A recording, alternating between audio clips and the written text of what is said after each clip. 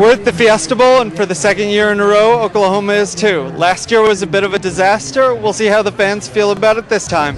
Thoughts in the back of your mind about returning to the so-called scene of the crime? No, we're just going to come out this time and just take care of business like we didn't do last year, but we're just going to handle it the right way this time. Have you given your son any lectures on being aware of trick plays, or? Yes, I have. I told him watch out for all of that. We don't want any of those things to happen like it did last year.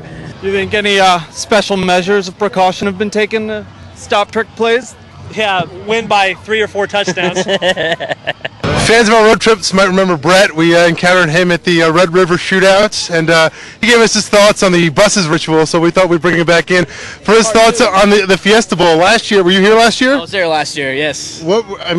Can you give us a reaction to seeing the Statue of Liberty play and losing on that?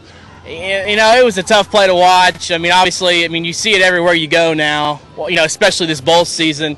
So you're back at the Fiesta Bowl this year. Are you a little superstitious coming back to the same place? Well, I didn't eat at the same restaurant on the way here that I did last year, I can tell you that.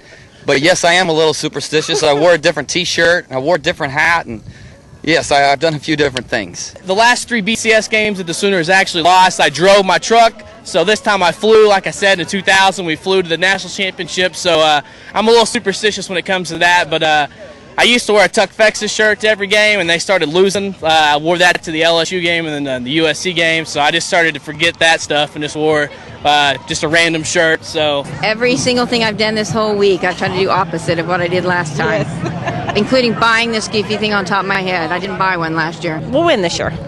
But so no superstitious feelings about coming back to the Fiesta? No way, no superstitious feelings. Not 2 years in a row. Not two years in a row, and Sooner Magic will come through, I know. Well. Okay.